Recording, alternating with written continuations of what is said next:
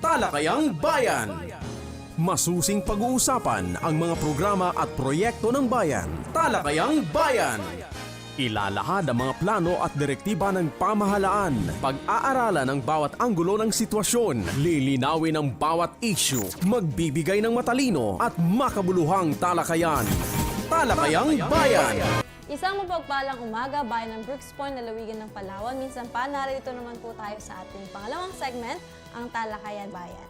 Ayan, ngayon po ay buwan ng Pebrero kung saan ating sinisilibra ang buwan ng mga puso. Pero hindi lang po iyon dahil ngayong buwan ay atin pong pinagdiriwang ang National Arts Month. Kaya naman po, ayan, magkakaroon po tayo ng isang masining, makulay, at masiglang panayam. Kasama po ang ating Tourism Operation Assistant, walang iba po kundi si Sir Gerald Kaabayan. Isang mapagpalang umaga po sa inyo, Sir. Magandang araw po sa ating lahat, mabuhay. So sa mga manonood po natin dyan, magandang araw po at magandang umaga po sa ating lahat.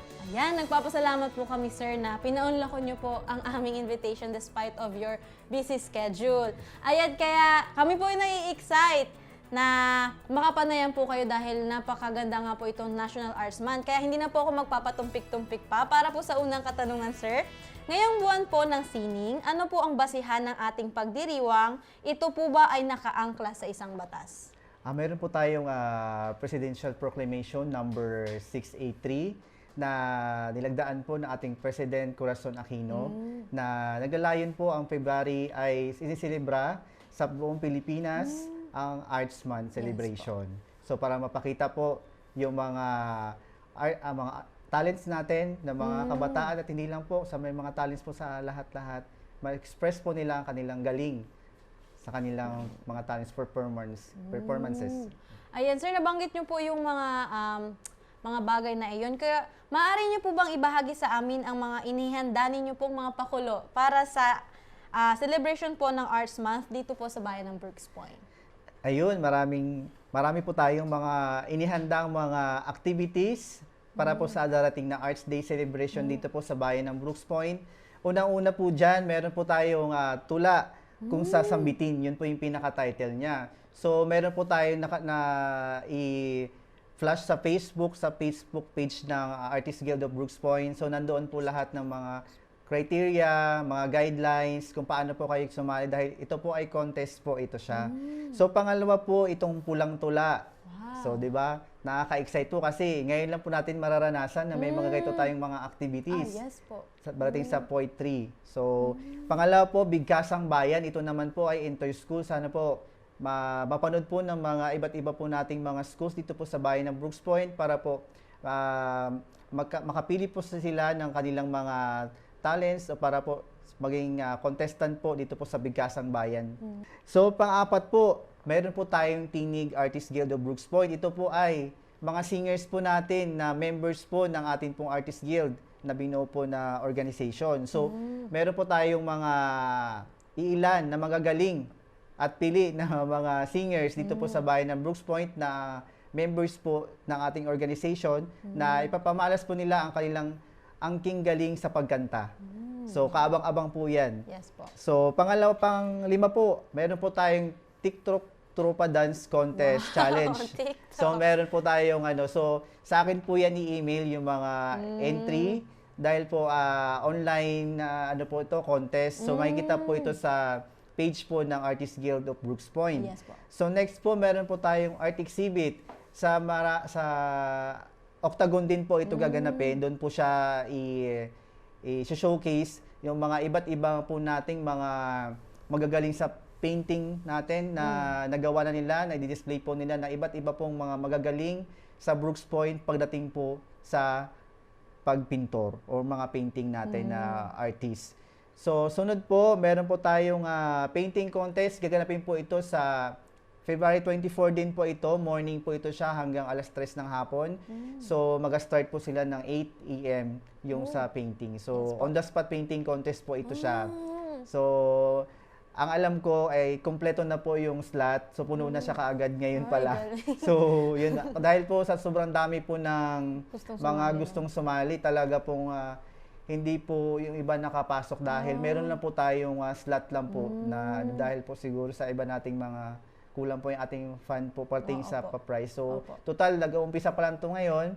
So, sa March po, ganun din po, magkakaroon din po tayo ng ganito. So, bawi na lang po kami doon sa Kanyugan Festival. Yes. Yun. Sige po. Sunod po, meron po tayong Selfie Bestie Day. So, sa araw din po na yon. So, abangan nyo po, doon po kayo magkuha or mag-background nyo lang po yung ating mga pa-contest, mga exhibit, at kung ano-ano pa nyo po makita na pwede po, maalan nyo po. Manalo po kayo dito, di ba? Meron po tayong mga pa-prizes na nag-aantay po sa inyo. Kaya join na po kayo. Then, next po, meron pa po tayong mga follow win, share win. So, ang gagawin nyo lang po, i-share nyo lang po yung page ng Artist Guild, yung mga post namin. Then, i-like nyo lang po. So, sa 24 po, malalaman niya po na kung sino po yung mananalo sa mga nag-like and share po natin. At ang alam ko, meron po tagsa-10. 10 winners ng pag-like, 10 winners ng pag-share ng aming page. So, the next but not the least, ito na po yung pinakaantay natin lahat, yung variety show. So, nag-invite po tayo ng iba't iba pong mga schools, mga performing arts. Meron din po tayong mga private sectors na naimbitahan na talagang mga sikat na at pang national TV na. So, kaabang-abang po dahil dito po natin makikita yung iba't iba po nating mga performing arts. So, marami po tayong kaabang-abang bating po sa performing arts. Yes po. So, yun po. Ayan, talagang sobrang dami po nun, sir. Ilan po yun sila? 10 mga activities. Wow, napakadaming hinanda po ang Artist Guild Brooks Point para po sa lahat ng mga nais, lalo na sa mga estudyante at mga kabataan. Sir, matanong ko lang po, ito po ba yung first time natin na mag-celebrate ng National Arts Month dito sa Brooks Point? Yes po, ito po yung kauna-unahan po nating na isi-celebrate. Actually, launching na rin po ng ating art. So, every year na rin po natin gaganapin itong ganitong activities natin para po mai-showcase natin sa buong mundo. Hindi lang natin sa Brooks Point lang. So, sayang naman kasi yung mga talents ng ating mga artists kung natin ipapakita sa ibang tao. So, yun. Talagang yung mga sinabi nyo, sir, na mga pakulo nyo, talagang nagkikater po siya ng lahat ng kinds of talents. Meron sa singing, dancing, painting, ano pa ngayon, sir. Marami, yung mga performing arts kasi talagang marami pong mga local artists dito sa atin. Yes, na may very visual. talented talaga, sir, no? At ito pong platform nyo, sir, na pagsa-celebrate ng national ay laking tulong po ito sa kanila para ma-showcase yung kanilang mga talents, sir. Yes po, Ayan. Sir, ano po ba yung kahalagahan ng sining at pagdiriwang ng sining sa ating buhay? So, ito po yung yung sining na ito ay napakahalaga dahil ito po ay kultura po natin to eh. So, dito po natin ma-express yung ating feelings, mga drama sa buhay, kwento. Totoo po. Diba? Sa pagdating po di ba nakakabuo tayo ng music sa pagtula. Dahil sa ating mga damdamin natin na in-express natin yung mga feelings po natin, di ba?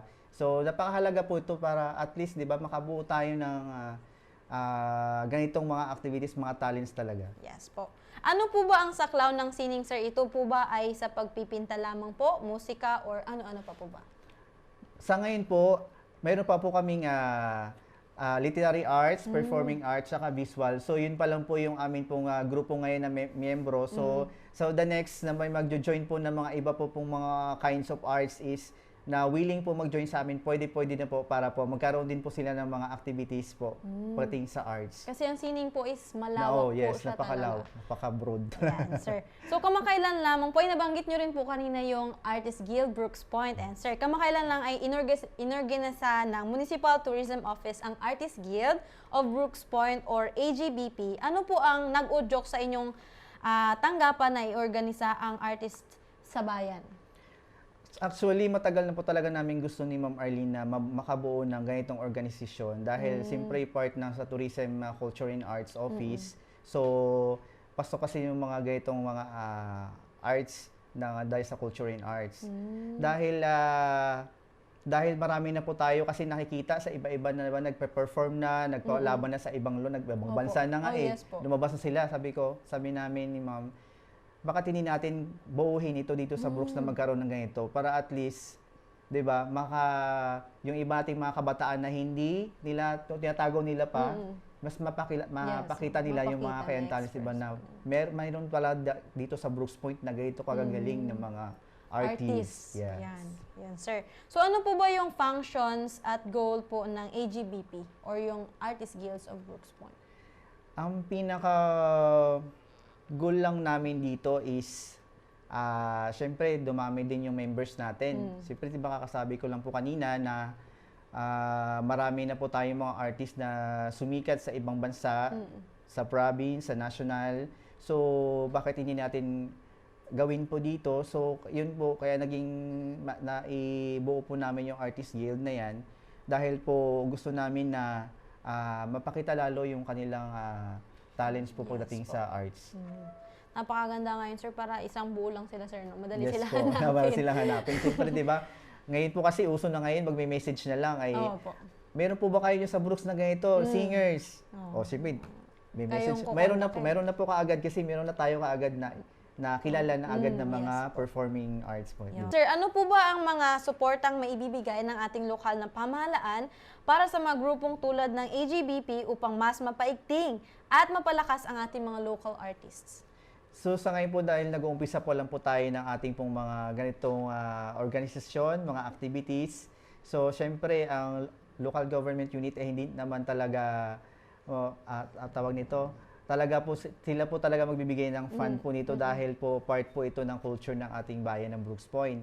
So meron po tayong mga na-propose na mga trainings, workshops, mga seminars po para po sa ating mga artists na kaabang-abang po para po mas ma-develop up ng mas maganda yung kanila pong mga performances. So, ganun din po, nag-propose din po kami. Di ko lang alam kung pwedeng banggitin dito, pero tingin ko pwede na rin. Dahil para po mas makahikayat pa tayo ng mga members po. Yes. So, actually, nag-propose po kami ni Ma'am Arlene sa GAD project ng Performing Arts Center. Oh, wow. So, kasi di ba kung mapapansin po natin is, ang dami po talaga mga, pati sa mga performing arts, di ba, mga dancers, Opo, singers, dancers. wala po talaga silang area na pwede na Pagpraktisan, magpagpraktisan, ganyan. totoo po. So, naisip namin na mag-propose ng ganitong building sana kung pero tingin ko kasi na-approve na po kasi, Wow. pero hindi pa siya ngayong taon. So, sana yung talagang approve na talaga. Apo. Yung mag-start na talaga yung Apo. pag-build ng Yeah. building na yun. So para hindi na po talaga mahirapan yung mga ating mga artists natin, di ba? So, yun. Yan, maganda nga yun, sir, na may isang lugar lang sila, hindi sila Yes. sa mga cupboard court. Yun po, yun talaga. Kasi marami akong nakikita na yung mga nagsubasayo doon ang aagaw daw. Yes. ng mga venues. Ng mga venues, pag sa mga basketball, mga volleyball, nang aagaw daw sila. Kaya yan, sir, napakagandang project po yun na makakatulong po talaga sa pag-develop ng talent ng isang kabataan, isang tao po. Ayan, sir, napaka-promising at exciting po ng grupong ito. May age limit po ba ang maaaring maging member ng AGBP? Ano-ano po ba yung mga panuntunan upang maging kabahagi ng AGBP? Ayon po sa napag-usapan po namin sa mga officers po ng Artist Guild. So, ang gusto lang po namin is ang age po talaga mag-start ay 18. Yes. Tapos pagdating po sa higher age, wala na pong problema. 18 Oo, pataas po. Pwede pong sumali sa amin. Ayun. So, yun. Basta sa po may mga talents Opo. na mapakita para po, di ba, may showcase natin sa iba't iba nating mga kababayan. Di ba? So, baka kasi sabihin lang nila, sir, mga artist, ibig sabihin, pinta lang yan, Oo, drawing. pinta lang, yun talaga. Pero sa clown nito yung musika, dancing, Dance, literary yun. Yan, arts. literary arts. So, sir, nasa dulo na po tayo ng ating programa. Ayan, may mga nais pa po ba kayong iparating sa ating mga taga-subaybay? Nasa inyo na po ang pagkakataon. Ayun, maraming salamat po. Inaanyayahan po namin ang bawat isa na isa po sa selebrasyon ng Arts Day natin sa February 24, 8 ng umaga hanggang alas 5 po. Sana po matunghayan po ninyo dahil napakaganda po itong event na to at makakatulong pa sa ating mga kabataan, mapakita sila na pwede pala silang sumali sa ganitong activities natin na ganito. Sa mga willing po na mag-join after the event po natin, is willing po, mag-chat lang po kayo or i-message nyo lang po yung aming page sa Artist Guild of Brooks Point or yung Municipal Tourism Office page. So, ayun po, sana po makapunta po kayo dahil may inihanda pa po kami na marami, maliban po sa nasabi ko, Pati mga audience, sigurado. Exciting. Talagang dapat makaka-attend kayo Yeah. dahil may na-prepare po kami para sa inyo. Talagang Thank you. exciting talaga yun, sir. Yung sa February 24. Kaya abangan po natin yun. At yung mga nabanggit po ba nyo, sir, yung mga pulang-tula, Pulang-tula. ay nakapost din po ba yan sa inyong Yes po. page? Lahat po ng mga activities natin, nakapost po ito sa ating page po ng Artist Guild of Brooks Point. Then, na-share na rin po ito ng ang tourism page. I think the MIO po, ganun din. Na-share na po para po mas mapabilis po natin pakalat yung mga Yes, balita po natin, mga informasyon na to para po maka-join po yung mga kabataan natin na gustong-gustong sumali sa mga ganitong patimpalak. Ayan. So, napaka-exciting po ito sa lahat po ng ating mga kababayan. Bata ka man, matanda, may buhok, wala. Ayan, kung meron kang tinatagong talent sa pagkanta, sa pagpinta, sa pagsayaw, welcome na welcome ka sa Artist Guild of Brooks Point. Kaya sir, nagpapasalamat po kami sa inyong serbisyo para po sa pagbibigay ilaw para sa ating mga kababayan na may mga talents. Sir, sa pamamagitan ng inyong organization ay naiilawan, sir, yung mga ganitong mga talent. Kasi maraming nahihiya lang. Pero Yun po, very totoo. talented po Yes po, sila. totoo po yan. Kaya nagpapasalamat kami sa serbisyo nyo, sir. At nagpapasalamat po kami ulit dahil pinaunlakan nyo po for the second time ang Yes. aming invitation No despite problem of po. your busy schedule. Ayan, sir, nagpapasalamat po kami at God bless po. Thank you so Salamat, much po. Talakayang Bayan. Masusing pag-uusapan ang mga programa at proyekto ng bayan. Talakayang Bayan. Ilalahad ang mga plano at direktiba ng pamahalaan. Pag-aaralan ang bawat anggulo ng sitwasyon. Lilinawin ang bawat issue. Magbibigay ng matalino at makabuluhang talakayan. Talakayang Bayan.